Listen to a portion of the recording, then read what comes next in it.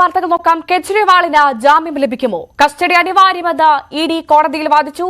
കസ്റ്റഡിയെ എതിർത്ത് കെജ്രിവാളും വാദിച്ചു. കേസിൽ വാദം പൂർത്തിയായി.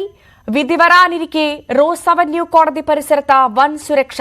കോടതിക്ക് മുന്നിൽ ഇഡിയുടെ വാഹനങ്ങളും തയ്യാറാണ്. തുടർ നടപടി ആലോചിക്കാൻ ആം ആദ്മി പാർട്ടി നേതാക്കൾ യോഗം ചേരുന്നു. MC മിഥുൻ വാർത്തയുടെ വിശദാംശങ്ങളുമായി ചേരും. മിഥുൻ, ഏറ്റവും പ്രധാനമായി ഇനി അറിയാനുള്ളത്, അല്ലെ ആകാംക്ഷയോടെ കാത്തിരിക്കുന്നത്, ജാമ്യമോ അതോ കസ്റ്റഡിയോ എന്നുള്ള ചോദ്യത്തിനാണ്. എന്തായാലും വാദം അവസാനിച്ചു എന്ന് മനസ്സിലാക്കുന്നു. വിധി അല്ലെങ്കിൽ ഉത്തരവ് ഉടനുണ്ടാകുമെന്നാണ് അറിയാൻ സാധിക്കുന്നത്. ഏറ്റവും പുതിയ വിശദാംശങ്ങൾ എന്താണ് നമുക്ക് ലഭ്യമാകുന്നത്?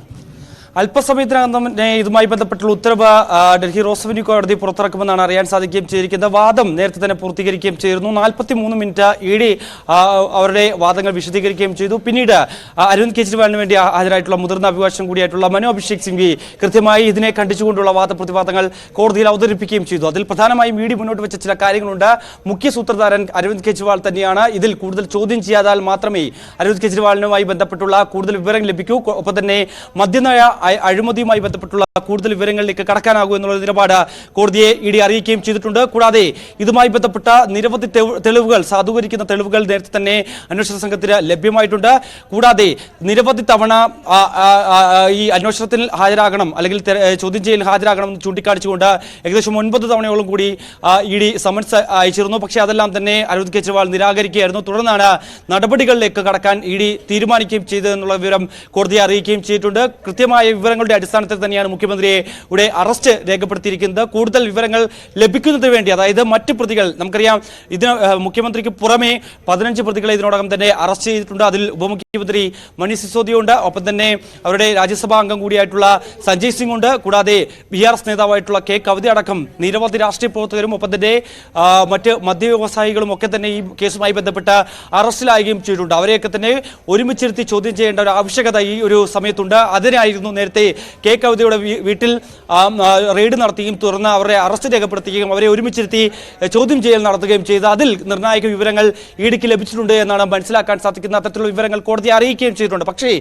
മനു അഭിഷേക് സിംഗ്വി ഈ ഒരു സംഭവവുമായി ബന്ധപ്പെട്ട് ഇതിനെ കണ്ടിച്ചുകൊണ്ട് വാദിച്ച പ്രധാനപ്പെട്ട കാര്യം, കസ്റ്റോഡിയൽ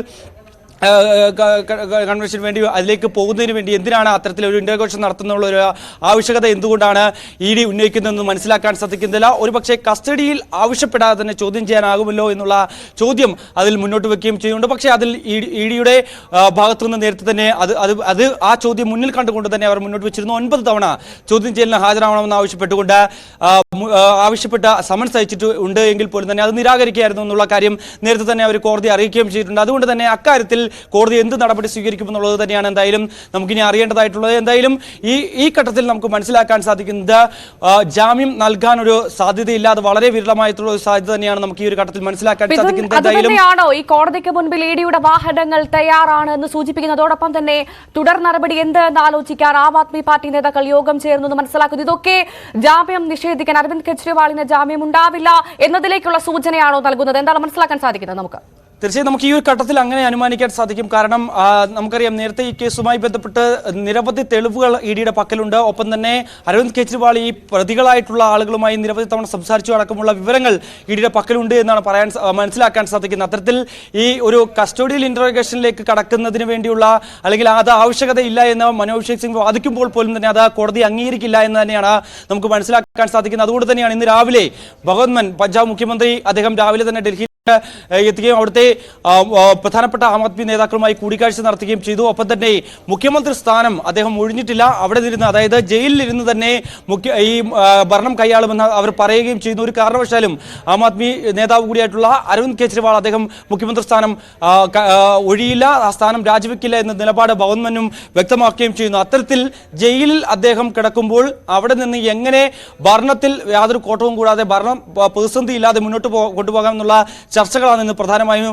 നടത്തുന്നതെന്നാണ് മനസ്സിലാക്കാൻ സാധിക്കുന്നത്. അതിന്റെ ഭാഗമായിട്ട് തന്നെയാണ് ആം ആദ്മി നേതാക്കളുടെ യോഗം അല്പസമയത്തിന് മുമ്പ് ആരംഭിക്കുകയും ചെയ്തതായാലും അദ്ദേഹത്തെ അല്പസമയത്തിനകം ഈ ഉത്തരവ് വന്നാൽ ഉടൻ തന്നെ ഇഡി കസ്റ്റഡിയിൽ വാങ്ങുകയും ഇഡി ആസ്ഥാനത്തേക്ക് കൊണ്ടുപോകുന്നുള്ള കാര്യത്തിൽ സംശയമില്ല. ആ ഒരു രീതിയിലേക്ക് തന്നെയാണ് ഇപ്പോൾ കാര്യങ്ങൾ പോകുക എന്നുള്ളത് കാര്യത്തിൽ സംശയമില്ല. എന്തായാലും ഒരു മുഖ്യമന്ത്രി അറസ്റ്റിലായാൽ എന്ത് ചെയ്യണമെന്ന് ഉള്ള കാര്യത്തിൽ ഇന്ത്യൻ ഭരണഘടനയോ അല്ലെങ്കിൽ നിയമത്തിലോ അത് വ്യവസ്ഥ ചെയ്യപ്പെടുന്നില്ല എന്നുള്ളത് തന്നെയാണ്. അത്തരത്തിലൊരു സാഹചര്യത്തിൽ മുഖ്യമന്ത്രിയെ നീക്കം ചെയ്യണം നീക്കണമെന്ന് ആവശ്യപ്പെട്ടുകൊണ്ട് തന്നെ ഇപ്പോൾ ഡൽഹി ഹൈക്കോടതിയിൽ ഒരു പൊതു താൽപര്യ ഹർജി വന്നിട്ടുണ്ട്. ഉടനടി തന്നെ അറസ്റ്റിലായിട്ടുള്ള മുഖ്യമന്ത്രി അരവിന്ദ് കെജ്രിവാളിനെ നീക്കണമെന്ന് ആവശ്യപ്പെട്ടുകൊണ്ടാണ് ഈ ഹർജി ഫയൽ ചെയ്യുകയും ചെയ്തിരിക്കുന്നത്. അത് നാളത്തേക്ക് ലിസ്റ്റ് ചെയ്യപ്പെട്ടേക്കാമെന്നാണ് നമുക്ക് ഈ ഒരു ഘട്ടത്തിൽ മനസ്സിലാക്കാൻ സാധിക്കുകയും ചെയ്യുന്നത്. എന്തായാലും ഒരുപക്ഷെ ജാമ്യം ലഭിക്കുമോ അല്ല എങ്കിൽ കസ്റ്റഡിയിലേക്ക് പോകുമോ അതാണ് ഇനി അറിയേണ്ടതായിട്ടുള്ളത്. എന്തായാലും ജാമ്യം ലഭിക്കില്ല എന്നുള്ളത് പോലെ തന്നെ ഒരു മുഖ്യമന്ത്രി അറസ്റ്റ് ചെയ്താൽ അദ്ദേഹത്തിന് അല്ലെങ്കിൽ അറസ്റ്റ് ചെയ്താൽ എന്ത് ചെയ്യണമെന്ന് നിലവിൽ നമ്മുടെ ഭരണഘടനയിലോ നിയമത്തിലോ പറയുന്നില്ല എന്നാണ് മനസ്സിലാക്കുന്നത്.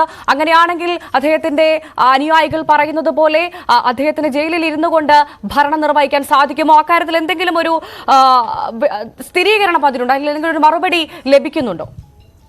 ഭവ്യ, അതായത് നിയമത്തിൽ, അതായത് ജയിലിൽ നിന്ന് സംസ്ഥാനം ഭരണം നടത്തരുത് എന്ന് പറയുന്ന നിയമങ്ങൾ നിലവിലില്ല എന്നുള്ളത് തന്നെയാണ്. അത് അരവിന്ദ് കെജ്രിവാളിനെ സംബന്ധിച്ചും ഒപ്പം തന്നെ ആം ആദ്മിയെ സംബന്ധിച്ചും വളരെ ആശ്വാസകരമായിട്ടുള്ള ഒരു കാര്യം തന്നെയാണ്. പക്ഷേ ജയിലിൽ കഴിയുമ്പോൾ പുറത്തു നിന്നുള്ളവരുമായി കൂടിക്കാഴ്ച നടത്തേണ്ടത് അനിവാര്യമാണ്. പക്ഷേ അത് എത്രത്തോളം സാധ്യമാകുമെന്നുള്ളത് നമുക്ക് കണ്ടറിയേണ്ടതായിട്ടുണ്ട്. അതിനൊരു പരിധിയുണ്ട്. മുഖ്യമന്ത്രി ആയിരിക്കുമ്പോൾ തന്നെ അറസ്റ്റിലാകപ്പെടുന്നു, ഒപ്പം തന്നെ ജയിലിൽ കഴിയുന്നു. അത് ഭരണ സംവിധാനങ്ങൾ മുന്നോട്ട് കൊണ്ടുപോവുകയും ഒപ്പം തന്നെ മന്ത്രിസഭാ യോഗങ്ങൾ നടത്തേണ്ടതായിട്ടുണ്ട്. പല നിർണായക ഫയലുകൾ നോക്കേണ്ടതായിട്ടുണ്ട്. ഇതുമായി ബന്ധപ്പെട്ടൊക്കെ ഭരണതലത്തിലെ ചർച്ചകളൊക്കെ തന്നെ നടത്തേണ്ട ഒരു ആവശ്യകതയുണ്ട്. അത് ജയിലിൽ ഇരുന്ന് എങ്ങനെ നടത്തുമോ എന്നുള്ളതാണ് നമുക്കിനി കണ്ടറിയേണ്ടിയിരിക്കുന്നത്. ഒപ്പം തന്നെ നേരത്തെ മുൻ മുഖ്യമന്ത്രി നമുക്കറിയാം ലാലു പ്രസാദ് യാദവ് അടക്കം ഉള്ളവർക്ക് തന്നെ അറസ്റ്റിലായപ്പോൾ അദ്ദേഹത്തിന്റെ ഭാര്യയെ ചുമതല ഏൽപ്പിച്ചതിന് ശേഷമാണ് അറസ്റ്റ് വരികയും ചെയ്തത്. ഒപ്പം തന്നെ അടുത്തിടെ അറസ്റ്റിലായിട്ടുള്ള ജെഎം നേതാവും ജാർഖണ്ഡ് മുഖ്യമന്ത്രിയായിട്ടുള്ള ഹേമന്ത് സോറനെ അറസ്റ്റ് ചെയ്യുമ്പോൾ അദ്ദേഹം അതിനു മുമ്പ് തന്നെ മുഖ്യമന്ത്രി പദം രാജിവെച്ച് അദ്ദേഹത്തിന്റെ ഏറ്റവും വിശ്വസ്തനായിട്ടുള്ള ചമ്പേ സോറിനെ ആ അധികാരം ഏൽപ്പിച്ചതിന് ശേഷമാണ് അദ്ദേഹം അറസ്റ്റ് വരികയും ചെയ്തത്. അത്തരത്തിലുള്ള ഒരു കാര്യം നമുക്ക് മുന്നിലുണ്ട്. ഇത് ആദ്യമായാണ് ഭരണത്തിലിരിക്കുന്ന ഒരു മുഖ്യമന്ത്രിയെ അറസ്റ്റ് ചെയ്യപ്പെടുന്ന ഒരു സ്ഥിതിവിശേഷം രാജ്യത്തുണ്ടാവുകയും ചെയ്യുന്ന അത്തരത്തിലുള്ള കാര്യങ്ങൾ നേരത്തെ തന്നെ ഈ നിയമവ്യവസ്ഥയിലോ ഒന്നും തന്നെ പറയാത്ത ഒരു സാഹചര്യത്തിൽ ഭരണഘടനാ പ്രതിസന്ധിക്ക് ഇത് വളരെയധികം കാരണമായേക്കാം എന്നുള്ള ഒരു കാര്യമാണ് നിയമവിദഗ്ധർ അടക്കം ചൂണ്ടിക്കാണിക്കുകയും ചെയ്യുന്ന മറ്റൊരു പ്രധാനപ്പെട്ട കാര്യം. അതായത് ലഫ്റ്റനന്റ് ഗവർണറാണ് ഇതുമായി ബന്ധപ്പെട്ട നിർണായക തീരുമാനമെടുക്കേണ്ടത്. അതായത് ഈ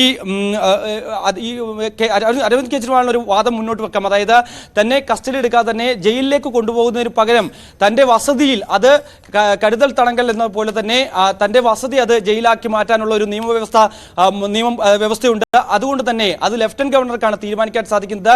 നമുക്കറിയാം സമീപകാലത്തൊക്കെ തന്നെ ലഫ്റ്റനന്റ് ഗവർണറുമായും ഒപ്പം തന്നെ ആം ആദ്മി ഭരണകൂടവുമായി വലിയ രീതിയിൽ ഭിന്നത നിലനിൽക്കുന്ന ഒരു സാഹചര്യമാണ്. അതുകൊണ്ട് തന്നെ അത്തരത്തിലൊരു ആവശ്യകത മുന്നോട്ട് വെച്ചാൽ പോലും അത് ലഫ്റ്റനന്റ് ഗവർണർ അംഗീകരിക്കാൻ സാധ്യതയില്ലെന്ന് തന്നെയാണ് നമുക്ക് മനസ്സിലാക്കാൻ സാധിക്കുന്നത്. ഒരുപക്ഷെ അത് അംഗീകരിച്ചാൽ തന്നെയും ആ രീതിയിലേക്ക് ഭരണം മുന്നോട്ട് കൊണ്ടുപോകാനുള്ള ഒരു സ്ഥിതിവിശേഷം ഉണ്ടാകാൻ സാധ്യതയില്ല. കൂടുതൽ ആളുകളെ അദ്ദേഹത്തിന്റെ അടുത്തേക്ക് പക്കലേക്ക് എത്തിക്കാനുള്ള ഒരു സാധ്യത കാണാൻ സാധിക്കുന്നില്ല. ഒപ്പം തന്നെ ഭരണ പ്രതിസന്ധി വലിയ രീതിയിൽ രൂക്ഷമാകാനുള്ള ഒരു സാധ്യതയുണ്ട്. അതുകൊണ്ട് തന്നെ അല്പസമയത്ത് മുമ്പ് തന്നെ നമുക്ക് ലഭ്യമായ ഒരു വിവരങ്ങൾ അനുസരിച്ച്, അതായത് ഈ സംഭവവുമായി ബന്ധപ്പെട്ട ആഭ്യന്തര വകുപ്പ് ഇതുമായി ബന്ധപ്പെട്ടുള്ള റിപ്പോർട്ടുകൾ തേടുന്നുണ്ട് എന്നുള്ളതാണ് നമുക്ക് ഏറ്റവും പ്രധാനമായും ലഭ്യമാകുന്ന വിവരം. അതുകൊണ്ട് തന്നെ ഈ നിലയിൽ അദ്ദേഹത്തെ ആ സ്ഥാനത്ത് നിന്ന് സസ്പെൻഡ് ചെയ്യാൻ സാധ്യമാകും, അതായത് ആഭ്യന്തര വകുപ്പിനെ എന്നാണ് നമുക്ക് മനസ്സിലാക്കാൻ സാധിക്കുന്നത്. അങ്ങനെയെങ്കിൽ സർക്കാർ ഉദ്യോഗസ്ഥർ അറസ്റ്റിലായാൽ സ്വീകരിക്കുന്ന നടപടിക്ക് സമാനമായ രീതിയിൽ ഇത് മുന്നോട്ട് പോവുകയും ചെയ്യും. കേജ്രിവാൾ മുഖ്യമന്ത്രിയായി തുടരുന്ന നിലപാട് ഇനിയും സ്വീകരിച്ചാൽ ഒരുപക്ഷെ രാഷ്ട്രപതി ഭരണം ഏർപ്പെടുത്തുന്നതിന് വരെ ഇത് കാരണമായേക്കാമെന്ന് നിയമവിദഗ്ധർ ചൂണ്ടിക്കാണിക്കുകയും ചെയ്തു. എന്തായാലും ആ ഒരു നിലപാടിലേക്ക് ആം ആദ്മി നീങ്ങുമോ എന്ന് നമുക്ക് ഇനി കണ്ടറിയേണ്ടതായിട്ടുണ്ട്. എന്തായാലും ജാമ്യം നൽകാൻ ഈ ഒരു ഘട്ടത്തിൽ യാതൊരുവിധ സാധ്യതയില്ല എന്ന് തന്നെയാണ് ഈ നിമിഷത്തിൽ അവശേഷിക്കുന്ന ഒരേ ഒരു ചോദ്യം, അരവിന്ദ് കെജ്രിവാളിന് ജാമ്യം ലഭിക്കുമോ അതോ കസ്റ്റഡിയിലേക്ക് അദ്ദേഹം കടക്കുമോ എന്നുള്ളതാണ്. എന്തായാലും ഒരു പക്ഷേ അദ്ദേഹത്തിന് ജാമ്യം നിഷേധിക്കുകയാണെങ്കിൽ അത് ആം ആദ്മി കേൾക്കുന്ന ഏറ്റവും വലിയ രാഷ്ട്രീയ പ്രത്യാഘാതമായി മാറില്ലേ മിഥുൻ?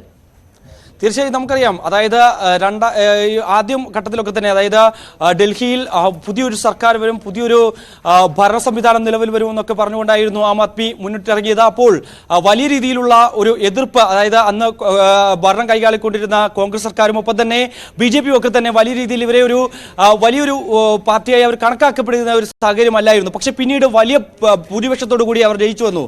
അത്തരത്തിൽ ഭരണത്തിലേക്ക് വന്ന ആം ആദ്മി പാർട്ടി വലിയ രീതിയിലുള്ള ഒരു ഭരണ സംവിധാനം അല്ലെങ്കിൽ ഭരണവിമുഖവും തന്നെയാണ് ഡൽഹിയിൽ നടപ്പിലാക്കുകയും ചെയ്തത്. സാധാരണക്കാരായിട്ടുള്ള ജനങ്ങൾക്ക് പല സർക്കാർ ഓഫീസുകൾക്കും കയറിയിറങ്ങാനാകാത്ത ഒരു സാഹചര്യം ഡൽഹിയിൽ നേരത്തെ ഉണ്ടായിരുന്നു. പക്ഷേ അതിനെല്ലാം തന്നെ ഒരു മാറ്റം കൊണ്ടുവരാൻ അരവിന്ദ് കെജ്രിവാൾ അടക്കമുള്ള നേതാക്കൾക്ക് സാധിക്കുകയും ചെയ്തു, അവരുടെ ഭരണത്തിലൂടെ സാധിക്കുകയും ചെയ്തു എന്നുള്ളത് തന്നെയാണ്. അവരെ രണ്ടാമതും തെരഞ്ഞെടുക്കാൻ ജനങ്ങൾ തയ്യാറായി എന്നുള്ള ഒരു വസ്തുത അവിടെ നിലനിൽക്കുകയും ചെയ്യുന്നുണ്ട്. പക്ഷേ രാജ്യമെമ്പാടും ഇപ്പോൾ ഇന്ത്യ മുന്നണിയുടെ നേതൃത്വത്തിൽ വലിയ പ്രതിഷേധം ശക്തമാക്കുമ്പോൾ പോലും തന്നെ അവരുടെ പ്രധാനപ്പെട്ട ആള് തന്നെയാണ്, അതായത് ഇതിന്റെ സ്ഥാപക നേതാവും ഒപ്പം തന്നെ ആം ആദ്മിയുടെ പ്രധാനപ്പെട്ട നേതാക്കളിൽ ഒരാളും അവരുടെ മുഖ്യമന്ത്രി ആയിട്ടുള്ള അരവിന്ദ് കെജ്രിവാൾ തന്നെ അറസ്റ്റിലാകുമ്പോൾ ഈ ലോക്സഭാ തെരഞ്ഞെടുപ്പ് അടുത്തിരിക്കുന്ന ഒരു സാഹചര്യത്തിൽ കൂടുതൽ തന്ത്രങ്ങൾ മെനയാനും ഒപ്പം തന്നെ നമുക്കറിയാം ലോക്സഭാ തെരഞ്ഞെടുപ്പിലും ഡൽഹിയിൽ 7 സീറ്റുകളിൽ 7ഉം BJPക്ക് തന്നെയാണ് ലഭിച്ചത്. ഒരു സീറ്റ് പോലും ലഭിക്കാൻ അന്നത്തെ ആ ഒരു ഭരണത്തിലും, അതായത് നിയമസഭാ തെരഞ്ഞെടുപ്പിൽ മുഴുവൻ സീറ്റ്, അതായത്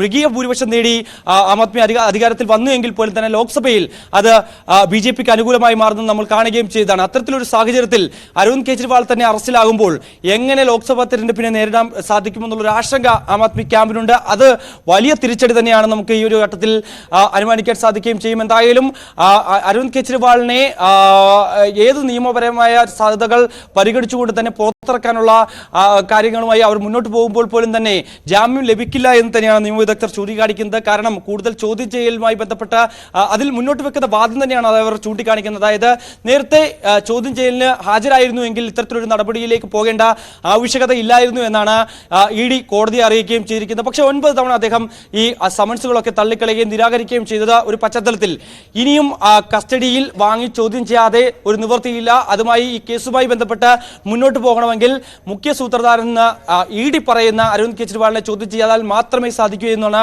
നിലപാടിൽ ED മുന്നിൽ നിൽക്കുന്നു. കൂടാതെ തന്നെ മനോജ് സിംഗ് മറ്റൊരു കാര്യം പറയുന്നുണ്ട്. അതായത് കസ്റ്റഡി അപേക്ഷ നൽകേണ്ട ആവശ്യകത ഇതിൽ എന്താണ്?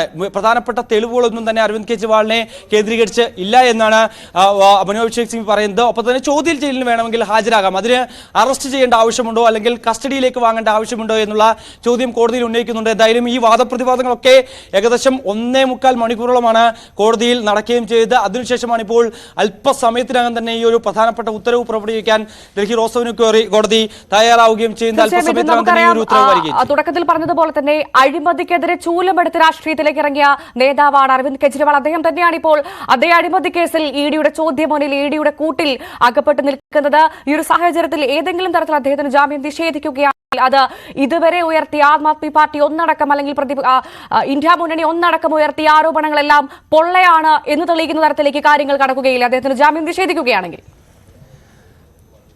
ഭവ്യ, അങ്ങനെ ഒരു സ്ഥിതിവിശേഷത്തിലേക്ക് പോകുന്നുള്ള കാര്യം നമുക്ക് ഇനി കണ്ടറിയേണ്ടിയിരിക്കുന്നു. പ്രധാനമായും നമുക്കറിയാം, ഭവ്യ സൂചിപ്പിച്ച പോലെ തന്നെ അഴിമതിക്കെതിരെ ആണ് ആം ആദ്മി സർക്കാർ അധികാരത്തിൽ വരുന്നത്. പക്ഷേ അതേ രീതിയിൽ തന്നെ അഴിമതിയിൽ തന്നെ ആം ആദ്മി സർക്കാരിലെ പ്രധാനപ്പെട്ട നേതാക്കൾ കുടുങ്ങുന്നു. നേരത്തെ നമുക്കറിയാം 2021 ഫെബ്രുവരി 6-നാണ് ആദ്യ അറസ്റ്റ് ഇതുമായി ബന്ധപ്പെട്ട, അതായത് ഭരണതലത്തിലുണ്ടാകുന്നത്. ഡൽഹി ഉപമുഖ്യമന്ത്രി മനീഷ് സിസോദിയ ആദ്യം അറസ്റ്റിലാകുന്നു. CBIയുടെ അന്വേഷണത്തിൽ ഗുരുതരമായ ക്രമക്കേടുകൾ ഇതുമായി ബന്ധപ്പെട്ട് നടന്നിട്ടുണ്ട്. ചട്ടങ്ങൾ പാലിക്കാതെയാണ് ഈ പുതിയ നയത്തിൽ പരിഷ്കരണങ്ങൾ കൊണ്ടുവരാൻ ഡൽഹി സർക്കാർ സ്വീകരിച്ചത്.